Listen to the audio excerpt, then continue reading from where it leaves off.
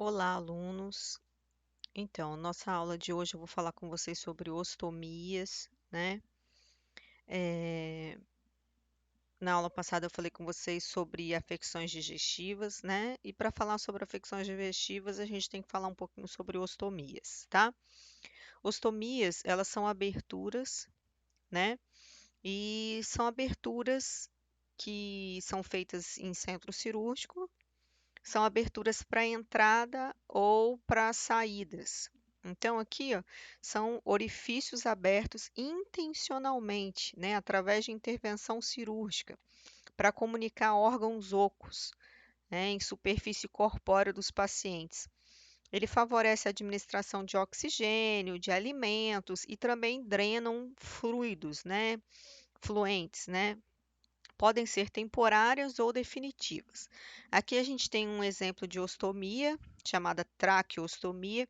Normalmente as ostomias, né, ou estoma, elas recebem um nome, o prefixo do local onde elas estão inseridas. Então a gente tem a traqueostomia, gastrostomia, jejunostomia, ileostomia, gastrostomia, de acordo com o local onde elas estão abertas, tá bom? Então, a gente tem aqui uma traqueostomia, que é um local o local onde elas foram abertas é o local da traqueia, né? Serve para aspiração de secreção e para ser administrado oxigênio, tá bom? A gente tem aqui uma região de gastrostomia, né, que serve para administração de alimentação e também para drenagem de excesso de suco gástrico. Nós temos uma colostomia, que serve para retirada, né, de excreta, que é fezes, tá? Nós temos a jejunostomias, que serve para administração de alimento e medicações, serve também para retirada de excesso também de secreções no jejum, tá? Então, essas são alguns tipos de ostomias. As ostomias, elas são temporárias, pode ser conhecido como estoma também, ou ostomias, elas são temporárias, tá? Podem ser temporárias ou definitivas. As temporárias são aquelas que são feitas até cicatrização por um período de tempo de alguma cirurgia, algum tumor, tá? E tem as definitivas que não tem mais como reverter, tá? Esse aqui é um exemplo de traqueostomia, tá bom? Então, essa aqui é uma traqueostomia. É feita a incisão cirúrgica nessa localização aqui. Aqui a gente tem a região da laringe, né? Aqui tem a laringe, traqueia, que atrás é o esôfago, né? Laringe, traqueia. E aqui tem, né, o orifício da ostomia, o balonete insuflado, né? E aqui a fixação através do balonete, tá? O tubo de traqueostomia ele é colocado entre a segunda e a terceira cartilagem da traqueia e serve aí para administração de oxigênio e também serve para aspirar excesso de secreção brônquica, tá bom? Aqui a gente tem uma urostomia, né, que é uma ostomia na região dos ureteres. Teve aqui a junção dos ureteres e fez-se a formação de uma urostomia, tá vendo? Esse aqui são catéteres que vão fazer a filtragem, né? Os catéteres estão inseridos lá dentro para poder drenar a urina, tá vendo?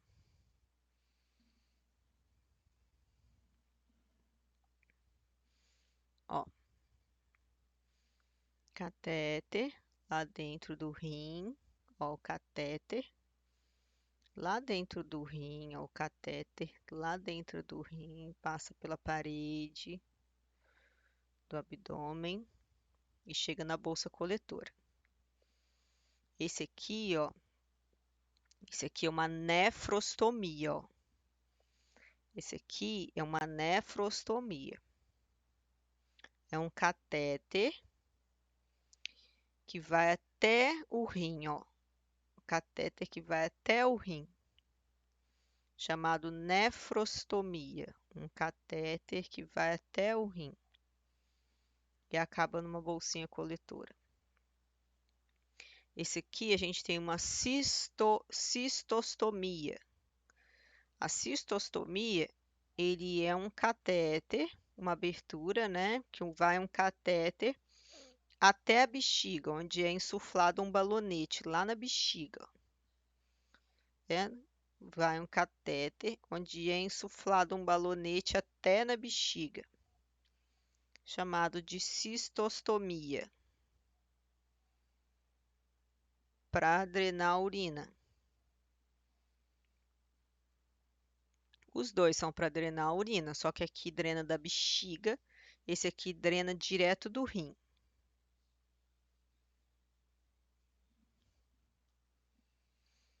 Esse aqui é uma esofagiostomia. Esofagiostomia, ela é mais rara, porque dá muito fungo aqui, ó, por ser no pescoço, dá muito fungo por ser na dobrinha do pescoço, principalmente em neném. Esofagiostomia. Serve para desviar secreções excessivas salivares, tá vendo? Impedindo broncoaspiração. Local difícil de adaptar, tá vendo? Por causa da umidade e de excesso de infecção fúngica. Gastrostomia, muito comum. Então, a gastrostomia, ela é muito comum em hospital. A gastrostomia, ele é um catéter que vai direto lá no estômago, que tem um balonete. Normalmente, paciente que tem câncer de esôfago, vendo? Paciente que tem câncer nesse esôfago, não tem como engolir, tem que passar um catéter aqui para se alimentar, ó. O paciente tem que se alimentar por isso aqui, porque não tem como ele engolir. Então, ele precisa se alimentar por uma gastrostomia. A gente tem que cuidar muito bem desse peristoma aqui, ó. Existem pozinhos para a gente cuidar desse peristoma aqui. Por isso a necessidade de se passar um peristoma nessa região aqui, tá? O cuidado de enfermagem está em se passar o pozinho peristoma aqui. Para descomprimir, para que serve uma gastrostomia? Né? Para descomprimir excesso de suco gástrico e para alimentar o paciente. Quem que faz uma gastrostomia?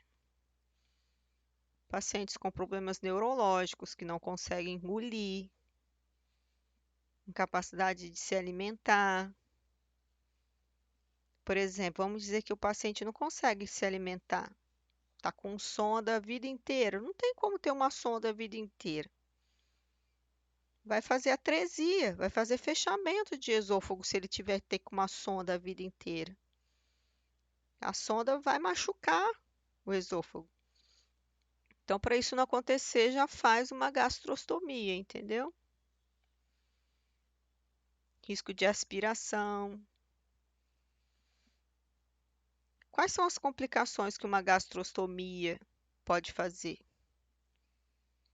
Infecção de pele, obstruir o catéter, o tubo, remoção acidental, sem querer agarra na cama, o paciente puxa sem querer, migração do tubo sair do lugar.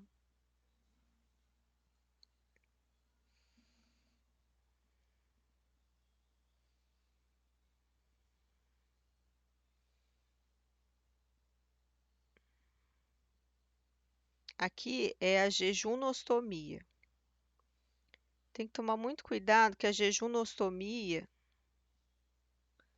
eu não sei por que que não está dando para ler. Deixa eu dar um ESC aqui.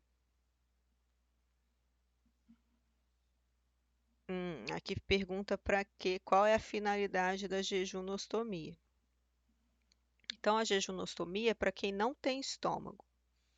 Então, o paciente sofreu um tiro, tá vendo? Sofreu vários tiros, não tem o estômago, teve que sofrer cirurgia.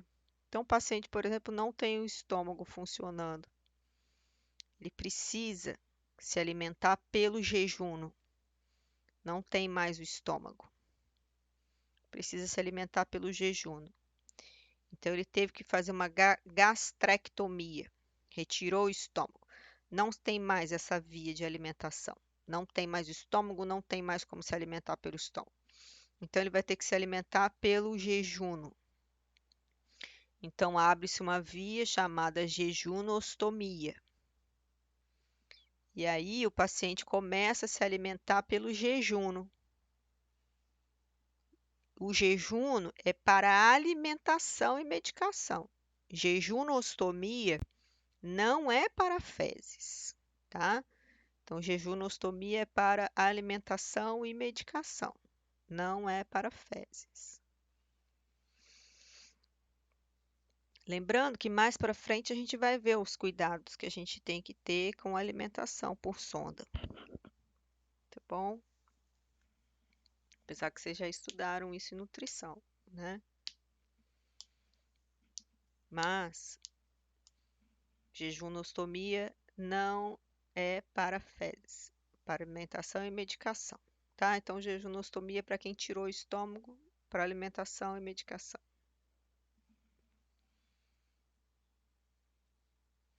Lembrando o seguinte, pessoas, qual a diferença entre uma gastrostomia e uma jejunostomia?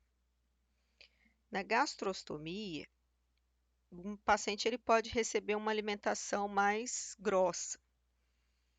Por exemplo, numa gastrostomia ou numa sonda nasogástrica, ele pode bater uma alimentação, uma batida de abacate, uma batida de banana no liquidificador e passar pela sonda ou passar por uma gastrostomia, pela seringa. Já numa jejunostomia, o alimento ele tem que ser o mais líquido possível, tá? A consistência tem que ser bem mais líquida, tá? Porque a digestão não é tão forte quanto a digestão do estômago. Então, a consistência é diferente, tá? Então, a digestão do estômago é mais forte do que a digestão de uma ileostomia. Gastrostomia, comida. Jejunostomia, comida, alimentação. Porém, a gastrostomia, uma alimentação pode ser mais consistente. Jejunostomia, uma alimentação mais líquida. Isso aqui para vocês entenderem mais ou menos como que são os estomas intestinais, né? Nós temos uma ileostomia, que são fezes, tá? Gastrostomia, jejunostomia são alimentos. Ileostomia e colostomia são fezes. Ileostomia são fezes líquidas, semilíquidas corrosivas. Colostomia são fezes semilíquidas, não tão corrosivas. O que acontece? Nas ileostomias, o nosso intestino, aqui está, vou começar de cima, tá? Aqui no nosso intestino, né, no nosso estômago, o estômago ele tem o poder de transformar os alimentos em sólidos e em líquido, através do poder que a gente chama de digestão, tá? Então, através da digestão, o alimento ele é transformado de sólido em líquido. Ele passa através do duodeno, sofre a função, né, do bicarbonato advindo do pâncreas, diminuindo a sua acidez, e vai sofrer ação de enzimas digestivas aqui no intestino delgado e também da mucosa do intestino delgado, ele vai perdendo um pouco da acidez vindo do estômago, mas ele ainda continua ácido, tá? Chega aqui no íleo, essa bolinha vermelha, ele ainda está ácido. Aqui ele é fezes, tá? No ilho, nessa bolinha vermelha, ele é uma fezes líquida, semilíquida, ácida, tá? A partir desse momento que ele vai para o cólon, ele vai perdendo, de acordo com que ele vai subindo, cólon ascendente, cólon transverso, cólon descendente, cólon sigmoide, né? Sigmoide, reto, anal, ele, de acordo com que ele vai subindo, transverso, descendente, ele vai perdendo a sua acidez e também ele vai fazendo com que sua consistência se torne mais pastosa, sólida. Então, de acordo com que ele vai subindo, ele vai se tornando mais pastoso, mais sólido e também vai perdendo a sua acidez. Quando ele é ileostomia, as fezes são semilíquidas, líquidas, ácidas. Quando ele é uma colostomia ascendente, ele está se tornando umas fezes pastosa, né, líquida, pastosa, pouco ácida. Transverso, pastosa, pouco ácida. Descendente, quase sólida, sem acidez. E aqui já sólida, sem acidez, né? Ou seja, quanto mais próxima do reto, mais se assemelha a umas fezes e mais fétidas fica, mais características as fezes fica, tá bom? Então, quando essas fezes estão aqui nesse cólon, a colostomia, né, ela já tem as características de fezes, já tem o cheiro de fezes, já tem gases fétidos com cheiro de fezes. Para quem já viu uma bolsa de colostomia, sabe que tem cheiro de fezes, tá bom? E como que funciona, né? Para quem já viu uma bolsa de colostomia, sabe que tem as características de fezes mesmo, né? Qual é a diferença entre uma ileostomia e uma colostomia, visivelmente falando? Visivelmente falando é o seguinte, a ileostomia, isso aqui é um intestino, tá, pessoas? O intestino ele fica para fora, assim. Então, na ileostomia, o intestino ele fica igual uma língua, assim para fora. Por que que na ileostomia o intestino tem que ficar igual uma língua assim para fora? Lembra que eu falei com vocês que na ileostomia as fezes elas são mais líquidas e corrosivas?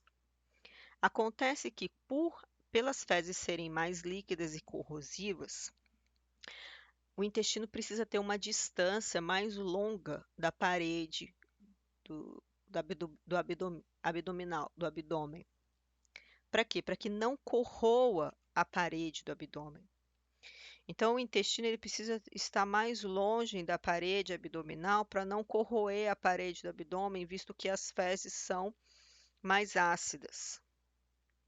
Diferente da colostomia, em que as fezes são mais características com fezes nossas mesmo, entendeu? São fezes mais sólidas e não ácidas, que se entrar em contato ao redor da pele, elas não irão machucar a pele. E observem que elas ficam normalmente do lado esquerdo, enquanto que a outra fica do lado direito, tá? Por quê? Porque elas ficam ascendente, né? Elas ficam desse lado aqui. Então são mais corrosivas. Esses lados aqui são menos corrosivos. E tem o formato de língua para fora, tá? Para não entrar tanto em contato com a pele. E são mais líquidas. Tá bom? Então, é o tipo de ostomia intestinal que liga o intestino delgado ao meio externo. As fezes das ileostomias são mais ácidas, né, do que a colostomia. A ileostomia é realizada em situações em que a passagem das fezes pelo intestino grosso está impedida. Então, quando que o paciente faz uma ileostomia? Quando ele teve algum câncer nessa região aqui. E quando que o paciente teve um câncer nessa região? Quando uma dessa região aqui parou de funcionar, quando ficou entupido, teve um fecaloma nessa região aqui. Então, se teve algum fecaloma nessa região, que essa região parou de funcionar, o médico precisou tirar algum trecho desse intestino, Aí precisou abrir uma ileostomia aqui. E quando é os casos que tem colostomia aqui? Quando uma parte do intestino dessa região reto-anal precisou ser retirada, tá bom? Bom, aqui tem um exemplo de como que são as fezes, tá vendo? Aqui é uma ileostomia. Como que são as fezes? Ó, aqui a fezes é líquida. Aqui vem para líquido a pastoso. Pastoso, aqui as fezes tornam-se sólidas. Aqui mostra como que é antes da cirurgia, ó. Cólon ascendente, cólon transverso, cólon descendente, sigmoide, reto anal. E aqui mostra como que foi feita a cirurgia. O paciente teve um câncer aqui, ó, reto anal. Por causa de quê? Fissuras anais. Nossa, o paciente não consegue defecar. Ah, ele vai defecar e aí sangra durante a defecação. Ele foi o médico falou que estava todo ferido, teve que tirar a região reto-anal. E aí precisou colocar a bolsa de colostomia. Por isso, a necessidade de que sempre que sangrar a região reto-anal, tem que procurar o mais rápido possível um médico, tá? É muito perigoso. Por isso, a necessidade de o mais rápido possível. O paciente não pode ficar muito tempo sem defecar, tem que sempre procurar o médico. Por isso, a importância da equipe de enfermagem sempre observar se o paciente está defecando, se o paciente está urinando, tá bom? Isso é muito importante também quanto aos pais, observarem se as crianças estão defecando, se as crianças estão urinando. Isso é muito importante, tá bom? E essa aqui é a colostomia, tá? Podem ser temporárias ou permanentes, como é o caso do Jair Bolsonaro, né? Normalmente quando é retirado de um CA, excessos de diverticulite, né? Pessoas, eu vou colocar vídeos para vocês assistirem no link do vídeo, né, na descrição do vídeo. É muito importante para vocês verem, porque os vídeos que eu vou postar, eles mostram para vocês como que é feita a troca, né, da bolsa de colostomia, como é feita a higienização da colostomia, tá? É importante que vocês assistam o vídeo para vocês entenderem como que funciona, né, o uso e a convivência quanto o uso e o convívio com a bolsa de colostomia. Na aula passada, quando eu falei com vocês de câncer intestinal, né, como que ocorrem as fissuras anais, hemorroidas, né, por que que leva as hemorroidas, por que que levam as fissuras anais, é importante vocês saberem também, né, quanto às medicações, a falta de uso de ingestão de água, né, temos que tomar cuidado com isso dentro do hospital, tá? Estar atento, né, às eliminações fisiológicas dos pacientes, tá? Ficar atento quanto às eliminações de fezes e urinas do paciente. Se os pacientes estiverem demorando a evacuar, né, demorando a eliminações urinárias, temos que comunicar aos médicos, tá bom? Não deixem isso passar despercebido. Tá joia? Isso é muito importante, tá? Tanto em adulto quanto pediátrico. É isso, a gente termina por aqui. Não deixem de assistir os vídeos complementares que fazem parte da nossa aula. E é isso. Bons estudos.